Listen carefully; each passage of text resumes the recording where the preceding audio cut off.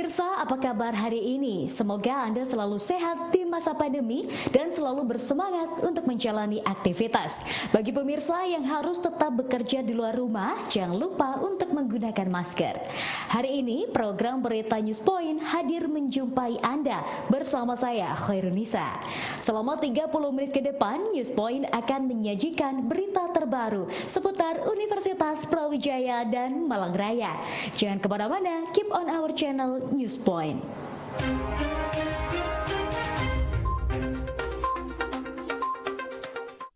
Tingginya angka penderita COVID-19 membuat permintaan donor plasma konvalesen ke PMI meningkat. Padahal PMI tidak memiliki stok donor plasma karena setiap ada pendonor pasti langsung terdistribusi pada pasien yang sudah mengantri. Berikut penjelasan Kepala Unit Donor Darah PMI Kota Malang.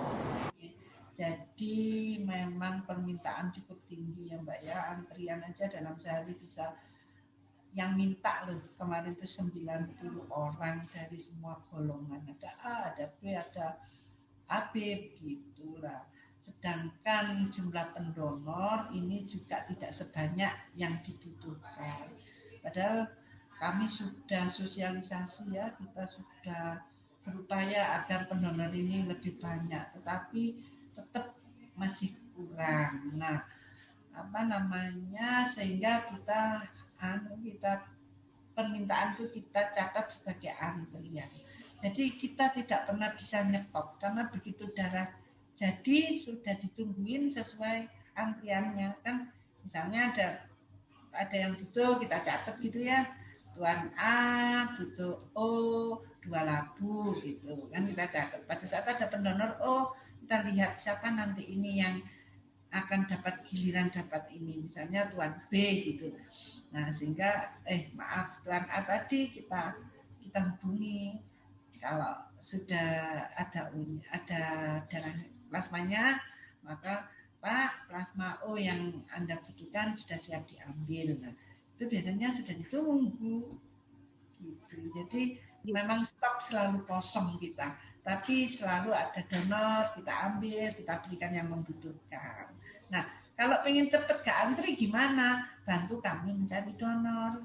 Jadi keluarga pasien mungkin punya kenalan, punya saudara, punya siapalah yang pernah terinfeksi COVID, sudah sembuh, ada syarat-syarat yang harus dipenuhi, silahkan mendonorkan plasmanya lah. Kalau yang membawa donor ini biasanya nggak ngantri, ya langsung plasma dari pendonor ini kita berikan kepada keluarga pasien. Terapi plasma konvalesen merupakan metode imunisasi pasif dengan cara mentransfer plasma yang berisi antibodi penyintas COVID-19 kepada pasien COVID. Bagi Anda yang ingin membantu PMI menyediakan plasma konvalesen, berikut prosedurnya. Mungkin yang saya jelaskan secara garis besar, syarat dari donor plasma itu yang penting pernah sakit COVID. Pernah menderita sakit COVID, buktinya apa? Adalah swab PCR positif. Jadi betul-betul memang pernah sakit. Kemudian yang kedua, itu sudah dinyatakan sembuh, baik dengan PCR negatif atau hanya surat pernyataan dari dokter yang merawat atau rumah sakit yang merawat. Jadi sudah pernah terinfeksi, sudah dinyatakan sembuh. Dan setelah dinyatakan sembuh dalam 14 hari setelah dinyatakan sembuh itu tidak ada gejala klinis. Tidak ada gejala klinis itu misalnya batuk, masih pilek, masih demam, masih mual, itu sudah tidak ada sama sekali. Baru 14 hari itu bisa diambil. Dalam hal ini syaratnya diutamakan laki-laki. Kalau wanita harus yang belum pernah hamil, karena di sana di ibu hamil itu ada antibodi yang bisa bereaksi tidak bagus kepada penderita COVID itu ya. Kemudian syarat yang lain nanti kita periksa imunoglobulinnya, IgG-nya.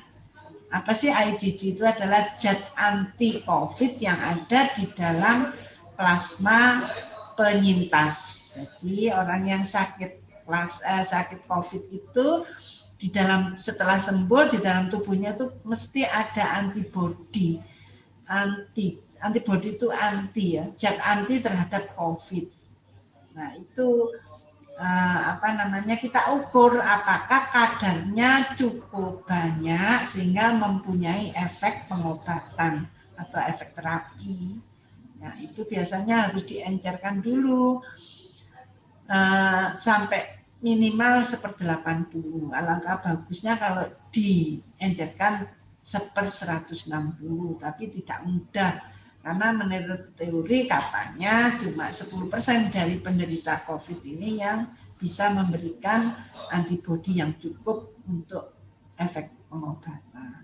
Ya, jadi nanti kita periksa IgG-nya. Nah, setelah IgG-nya cukup, maka tentunya dia harus berumur lebih dari 17 tahun ke atas. Ya, seperti syarat-syarat donor darah biasa. Jadi syarat tambahan dari plasma konvalesen itu adalah yang satu tadi pernah dinyatakan sakit, sudah dinyatakan sembuh, dalam 14 hari sudah sembuh itu tidak bergejala lagi gitu. Kemudian diutamakan laki-laki, kalau wanita yang belum pernah hamil. Kemudian kalau sudah vaksinasi diharapkan sudah selesai sampai vaksinasi kedua, diberi jeda waktu 2 minggu.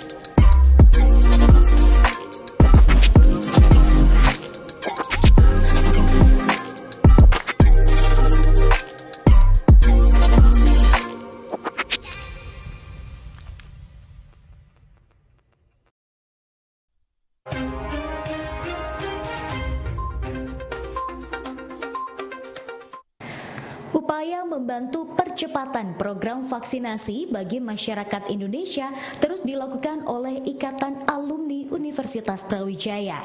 Di awal Agustus nanti, tepatnya tanggal 2 Agustus 2021, IKUB kembali menggelar vaksinasi massal yang diselenggarakan di Pancoran Soccer Field, Jakarta Selatan selama 10 hari. Yang di Jakarta insya Allah mulai tanggal 2 Agustus selama 10 hari itu peruntukannya kepada masyarakat khususnya di masyarakat Jakarta Selatan, tetapi juga diperuntukkan kepada keluarga besar alumni Universitas Brawijaya. Jadi keluarga besar itu artinya misalnya ada alumni yang menetap di Jabodetabek, monggo yang belum vaksin, monggo ikut vaksin di tempatnya itu yang di MBAU Pancoran itu. Kita sudah kirimkan flyernya. Itu jumlahnya 5.000. Jadi dalam sehari kita akan melakukan vaksinasi kepada 500 orang masyarakat dan kemudian keluarga besar alumni Brawijaya. Sekiranya keluarga besar itu mempunyai anak istri, anak itu yang berusia 12 tahun ke atas ya, itu monggo, yang belum vaksin monggo dipersilahkan untuk hadir dan vaksinasi di situ. Sebanyak 236 proposal program kreativitas mahasiswa atau PKM dari Universitas Brawijaya berhasil lolos mendapatkan pendanaan dari Dikti. Menurut Koordinator PKM UB, Dr. Hagustarto, total UB mengirimkan 1.003 proposal pada tahun ini. Dari 236 proposal yang lolos tahap pendanaan didominasi oleh PKM riset dan kewirausahaan. Totalnya kita ada 236 proposal yang didanai. Saya akan share sih, ada share PPT. Di situ memang tidak overall menjelaskan tentang judul dari masing-masing proposalnya anak-anak gitu ya. Tapi di sini hanya menunjukkan jumlah kelompoknya ya. Jadi ada 236 kelompok di sini. Terus kemudian untuk PKMK itu ada 51 kelompok, kemudian PKM Karsa Cipta ada 42 kelompok, PKMPI ada 19 kelompok, kemudian PKM PM Pengabdian Masyarakat itu 20 kelompok, PKM Riset Eksakta itu 71 kelompok, dan PKM Riset Sosial Humaniora itu 21 kelompok. Tambahan lagi untuk PKM Gagasan Futuristik Konstruktif GFK itu hanya 12 kelompok. Nah ini yang perlu saya sampaikan. Sehingga kalau dilihat memang paling banyak ini di PKM Riset Mas Sidik. PKM Riset ini total ada 92 kelompok. Itu gabungan dari 71 riset eksakta dan 21 riset sosial humaniora. Nah, kewirausahaan juga yang tertinggi kedua ya setelah PKM RI Eksakta, ada 51 kelompok di sini. Karsa Cipta juga banyak, di sini 42. Jadi yang mungkin perlu saya sarankan yang menarik memang lebih banyak di kewirausahaan, Karsa Cipta dan penerapan IPTEK. Nah ini menarik. Kalau riset itu, riset eksakta dan sosial humaniora itu lebih banyak pada gagasan dan artikel ilmiah yang nanti akan mereka hasilkan. Nah, gagasan futuristiknya juga menarik. Kenapa? Karena nanti akan menampilkan video ya, video yang akan bisa menjadi inspirasi untuk pengembangan suatu kegiatan. Nah, menurut Koordinator PKM UB, Dr. Hagustarno, untuk tahun ini judul PKM yang lolos lebih kreatif dan memiliki konsep yang terbaik. Tahun ini berdasarkan kesepakatan juri nasional, banyak terjadi perubahan selama masa pandemi. Terdapat gabungan 3 metode yang dapat dipergunakan online, luring, dan pemanfaatan software. Dari 3 metode gabungan ini yang saat ini menjadi fokus dari para pembimbing agar eksekusi PKM mahasiswa UB dapat memenuhi 3 metode tersebut. Judulnya adik-adik secara keseluruhan itu bagus sebenarnya. Cuma memang sekali lagi pada masa pandemi ini adik-adik memang dipaksa sangat kreatif karena banyak sekali perubahan kebijakan tentang pemanfaatan tentang aktivitas ya PKM. Di satu sisi yang begini yang jadi masalah. Pada PKM 2021 ini ada modifikasi metode. Dan metode yang dimodifikasi ini adalah, ini sesuai kesepakatan dari tim juri, adalah dengan menggabungkan 3 metode. Yang pertama online tetap bisa ya, online atau daring. Kemudian yang kedua menggunakan langsung ya, luring. Jadi misalkan kalau lab itu langsung berkunjung ke laboratorium analisis itu. Kalau yang PKMK itu harus datang ke lokasi atau komunitas dan seterusnya. Dan selebihnya juga menggunakan fasilitas internet seperti pemanfaatan software misalkan ya, software. Nah, itu 3 kombinasi ini yang sebenarnya menjadikan adik-adik secara keseluruhan kesulitan. Karena beberapa luring utamanya itu tidak bisa diakses. Padahal trennya, padahal syarat yang kemarin dimintakan oleh tim juri nasional di kesepakatan PIMNAS itu harus ada blended metode gitu ya. Nah ini yang jadi perhatian kita sekarang. Bagaimana caranya agar kita bisa mengarahkan adik-adik sekalian itu bisa memenuhi ketiga metode yang ditawarkan, mix method yang ditawarkan. Nah ini nanti juga akan kita bicarakan sebagai upaya untuk menyelesaikan permasalahan yang dihadapi adik-adik selama ini. Karena capaian sampai sekarang itu kegiatan tidak sampai 50%. Belum sampai 50%. Bukan karena anggarannya. Soalnya anggarannya sudah turun 90% itu ke Universitas Brawijaya. Aksesabilitas anggaran ini agak susah. termasuk untuk mengeksekusi anggarannya. Ya, mau jalan bagaimana? Mereka tidak boleh kemana-mana misalkan, ya kan?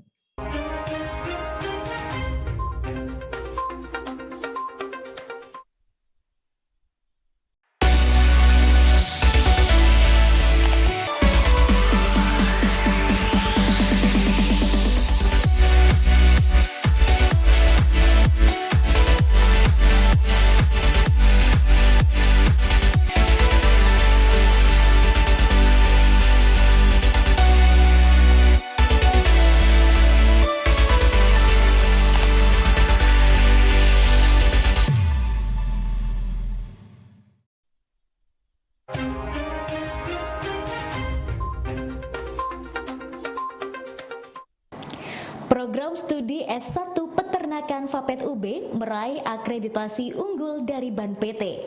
Menurut Wakil Dekan 1 Fakultas Peternakan, Profesor Muhammad Halim Natsir, akreditasi ini diraih karena sudah 3 kali berturut-turut Prodi S1 Peternakan meraih akreditasi A dari BAN PT.